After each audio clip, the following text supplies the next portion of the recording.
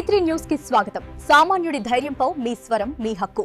నిజాన్ని నిస్సందేహంగా మీ ముందుకు తీసుకువచ్చే మా ఛానల్ D3 న్యూస్. మీ యాంకర్ ప్రియా. నారీ శక్తి దేశ శక్తి, నారీ శక్తి దేశ శక్తి, నారీ శక్తి దేశ శక్తి, నారీ శక్తి దేశ శక్తి.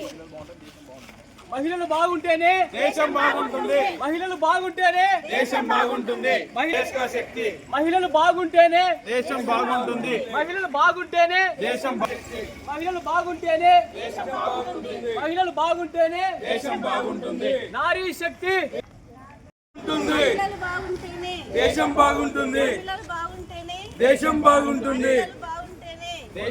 బాగుంటుంది.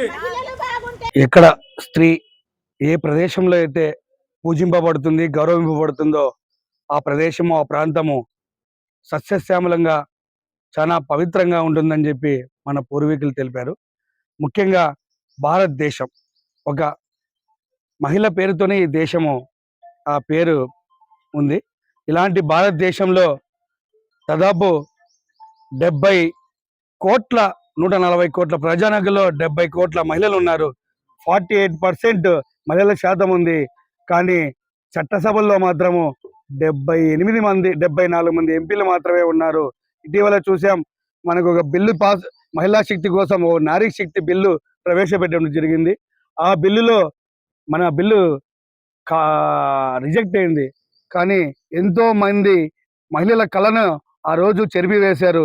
చట్టసభల్లో తమ ప్రాతినిధ్యాన్ని, తమ గళాన్ని, స్వరాన్ని వినిపించి వారు కూడా పురుషులతో సమానంగా ఉండాలి అని చెప్పే ఆకాంక్షని, ఆ కోరికని దాన్ని ఆ బిల్లు ద్వారా వాళ్ళు నాశనం చేయడం జరిగింది. కొద్దిమంది వ్యక్తులు వారికి గుణపాఠంగా రాబోయే రోజుల్లో ఈ తిరుగుబాటు ఉంటుందని, మహిళా శక్తి ఎంతగానో పనిచేస్తుందని, ఇంట్లోనే కాదు పార్లమెంట్లో కూడా అత్యధికంగా సీట్లు ఉండాలని చెప్పి మహిళా శక్తి, ఈ మహిళా బిల్లు పాస్ అయితేనే చట్టసభల్లో వాళ్ళకి అవకాశం ఉంటుంది.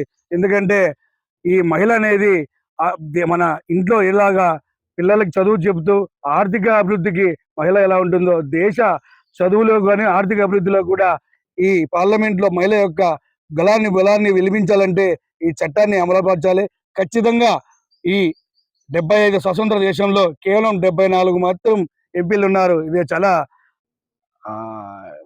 అశుభ పరిణామం. ఖచ్చితంగా రాబోయే రోజుల్లో 33% ద్వారా 200 పైచిలకు ఎంపీలు భారతదేశం పార్లమెంట్లో మనం చూడాలని చెప్పి కోరుకుంటూ ఈ మహిళా బిల్లుకి స్వాగతించాలని చెప్పి రాబోయే రోజుల్లో ఇలాంటి మహిళలతో పెద్ద ఎత్తున ఇలాంటి కార్యక్రమాలు చేస్తామని తెలుపుకుంటూ జై హింద్, జై భారత్. పూజ్యంతే రమంతే తత్ర దేవత. వేదకాలం నుంచి కూడా మనము మహిళా సమాజానికి మనం ఇచ్చే సనాతన హైందవ ధర్మాన్ని ఆచరించే అంటే మెజారిటీ జనాభా భారతదేశంలో హైందవ ధర్మాన్ని ఆచరిస్తుంది. అందులో మనకు ఆర్యోక్తి ఉంది. కాబట్టి అప్పటి నుంచి కూడా మాటలకే పరిమితమైన ఆ యొక్క మాటల్ని, ఆలోచనల్ని ప్రాక్టికల్ గా వాస్తవికంగా తీసుకురావాలనే ఉద్దేశంతో 1996 నుంచి కూడా మహిళా రిజర్వేషన్ బిల్లు 33% అనేది పార్లమెంట్ లో తీసుకురావాలా అనే ఒక ప్రయత్నం జరుగుతున్నప్పటికీ కూడా బాలారిష్టాలు జరుగుతూ ఇప్పటికీ ప్రొలాంగ్ అవుతా వస్తుంది. ఈరోజు మనం అయితే పరమశివుడు కూడా అర్ధనారీశ్వరుడుగా పార్వతీదేవి తనలో సహభాగం చేసుకున్నప్పటికీ కూడా, కానీ మనం వంటింటికే పరిమితమైన మన మహిళల్ని పార్లమెంట్ లో తీసుకురావడానికి మాత్రం చాలా సమయం పడతా ఉంది. ఆ దేవునికే సాధ్యమైంది కానీ మనుషులకు అవ్వడం లేదు. కాబట్టి దీన్ని మేము ఒక పురుషులుగా మా యొక్క అక్క చెల్లెమ్మలకు, మా మాతృమూర్తులకు కూడా ఖచ్చితంగా ఇలాంటి సువర్ణ అవకాశం కలిగించాలా. వాళ్ళ యొక్క వంటింటి నుంచి వారిని కూడా పార్లమెంట్ వరకు, ఎందుకంటే మనకు అట్టడుగు నుంచి అంతరిక్షం వరకు వెళ్ళగలుగుతున్నాం. కల్పనా చావ్లా, సునీత విలియమ్స్ అంటే వెళ్ళగలుగుతున్నారు, కానీ పార్లమెంట్ రావడం మాత్రం చాలా ఇబ్బందికరంగా పరిస్థితులు ఏర్పడుతున్నాయి. కాబట్టి మేము సమ్ముఖంగా భారత సమాజాన్ని కానీ పార్లమెంట్ వ్యవస్థ కానీ దయచేసి మేము రెండు చేతులు జోడించి కోరుకునే విషయం ఏదంటే కూడా మా యొక్క అక్క చెల్లెమ్మలకి, మాతృమూర్తులు కూడా తొందరగా అయితే ఈ మహిళా రిజర్వేషన్ బిల్లు, అదేవిధంగా డీలిమిటేషన్ కూడా సంయుక్తంగా రెండింటినీ ఆమోదింపజేసి యాజ్ ఎర్లీ యాజ్ పాసిబుల్ మహిళల్ని పార్లమెంట్ స్థానాల్లో కూర్చోబెట్టాలి కాబట్టి అని చెప్పి మేము కోరుకుంటున్నాం. కాబట్టి ఈ ఉద్యమానికి దీనికి కూడా ప్రతి ఒక్కరు కూడా మనస్ఫూర్తిగా మద్దతు తెలుపుతూ ముందుకెళ్తారని చెప్పి మనస్ఫూర్తిగా కోరుకుంటూ జై హింద్, జై భారత్. నమస్కారం. మా ఈ ఉద్యమం అనేది అన్ని వర్గాలకి సంబంధించి పార్లమెంట్లో ఆమోదించిన బిల్లును అన్ని పార్టీలు సహకరించి ఈ బిల్లుని సక్సెస్ఫుల్గా చేయాలని మా ఈ కోరిక. Thank you.